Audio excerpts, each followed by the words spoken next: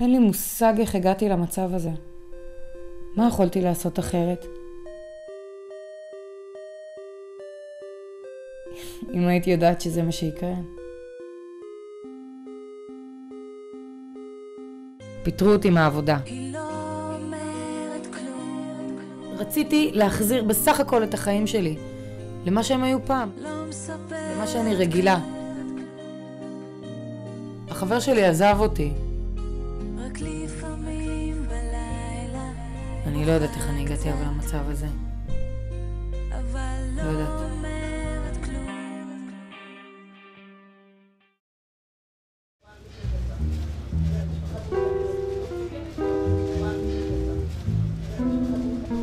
כדי שתבינו את המצב שלי, כדאי שנחזור מעט אחורה, ללילה שבו הכל התחיל.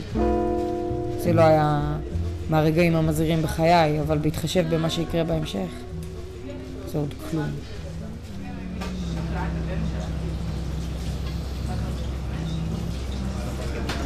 מה? לא שתינו מספיק כבר לערב הזה? זה עוזר לי. עוזר לי. אנחנו מדברים פה על כאב ראש, את יודעת שזה לא כמוה. לא. יש דברים שאני פשוט מעדיפה לשכוח. לשכוח? לשכוח. יכול להיות שאני יכול לעזור לך עם זה.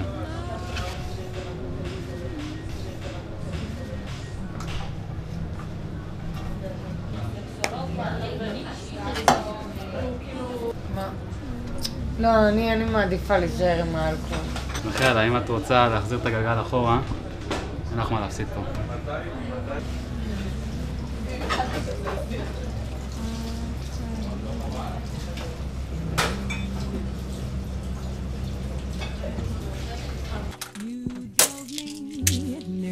Drove me out of my head while you never shed a tear. Remember, I remember all that you said. Told me love was too plebeian. Told me you. זו הייתה טעות להתקשר אליו. הייתי צריכה להמשיך הלאה, אבל באותו רגע לא יכולתי לוותר עליו. עומרי, תענה לי, אני חייבת לדבר איתך. תענה לי כשאתה שומע את ההודעה הזאת, טוב?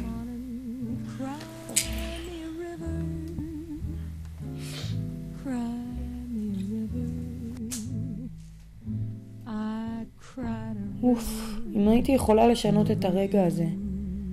לא לקחת את הכדור, אבל זה כבר מאוחר מדי.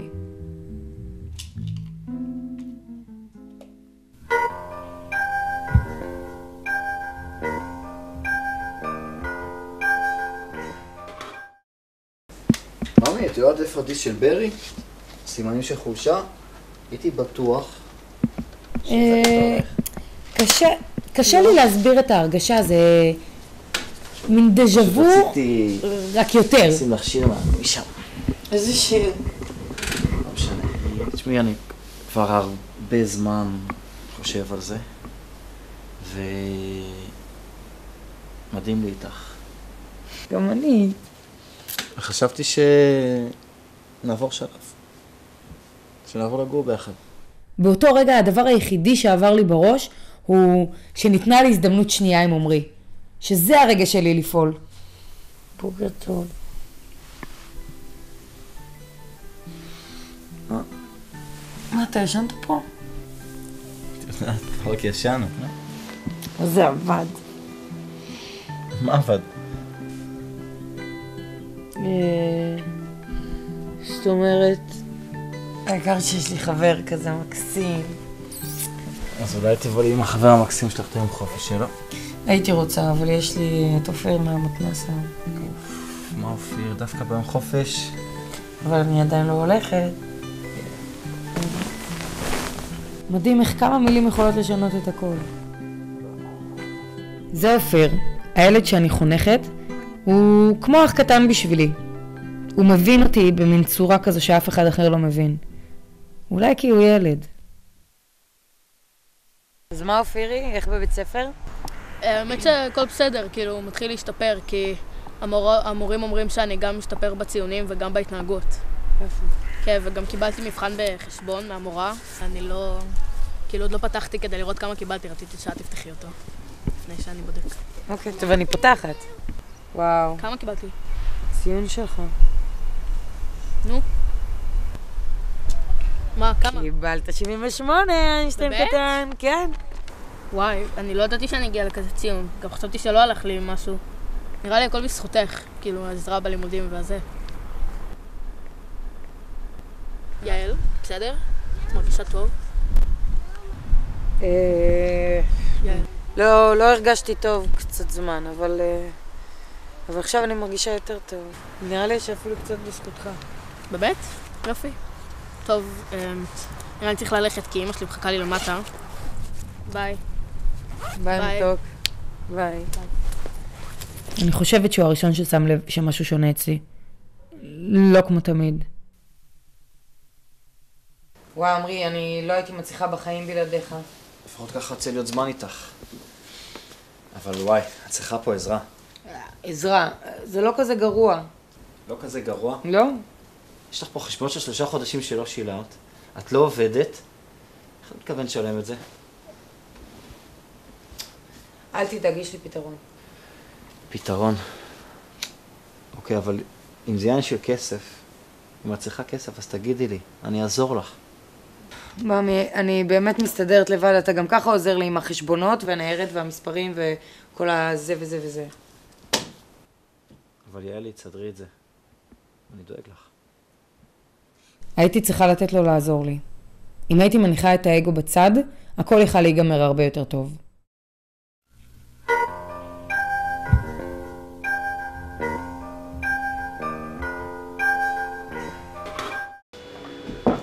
יאללה, תגידי, מה קורה? את ישנה? לא משלמים לך פה כדי שתשני. לא, אני מתנצלת, אני קצת לא מרוכזת. נראה לי שאני מתחילה להיות חולה. תראי, המסמכים ששלחת הגיעו ליעדם, החוזה נסגר, שעה טובה. יופי, אני שמחה שזה יסתדר. למה שזה לא יסתדר? סתם, בלי סיבה. אני סתם קצת פרנואידית לפעמים. אני לא יודעת מה הייתי עושה בלי הגלולה.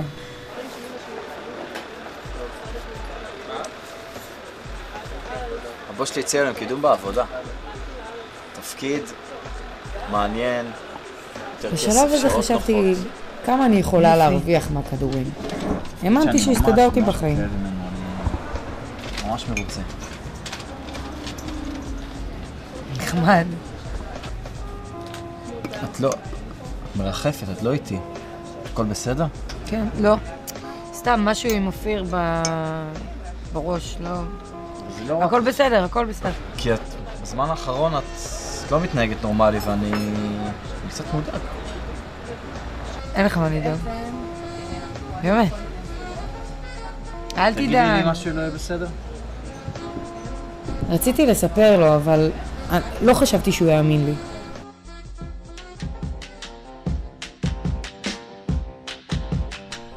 מה, הייתי מבואסת מהמציאות, הנה, קיבלתי הזדמנות לשפר אותה. אז מה רע? פינקתי את עצמי.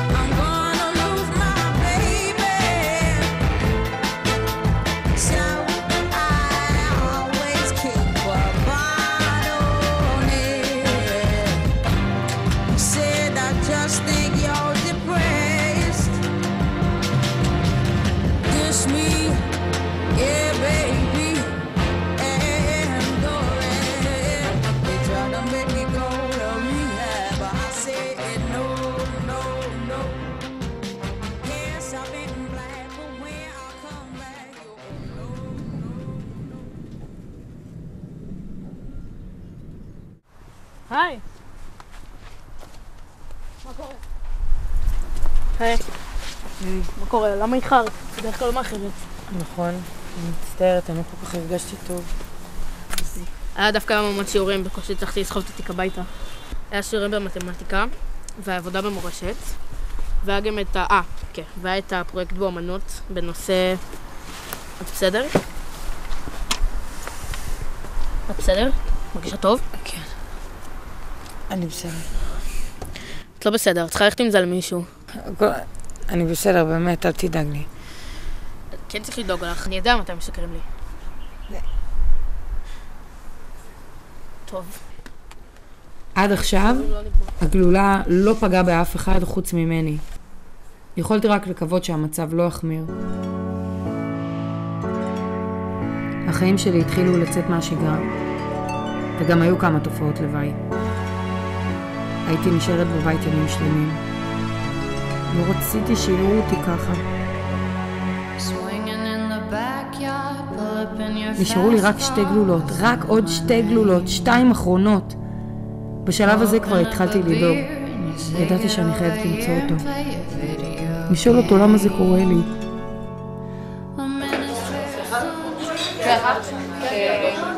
הייתי פה ואת עבדת עם איזה בחור אחד. איפה הוא? עובד עכשיו? בחור כזה עם שיער שחור קצר כזה עם מוח. את בטוחה שיש לו שיער שחור? כן. שמי אני מושג על מה את מדברת. לא, הוא עובד איתך פה. יש לך מישהו אולי את הטלפון שלו? את יודעת איך קוראים לו? לא. אז אני לא יכולה לעזור לך. את צריכה לדבר איתו, זה ממש דחוף לי. תשמעי, אני נורא עסוקה. ממש מפריעה לי.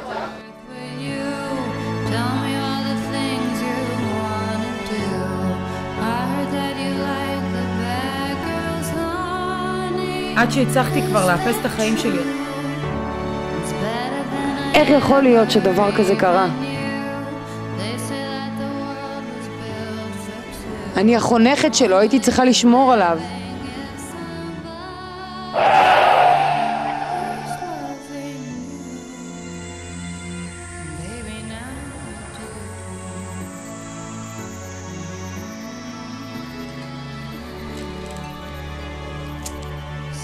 אני הייתי חייבת לחזור להציל אותו. לא הייתה לי שום אפשרות אחרת.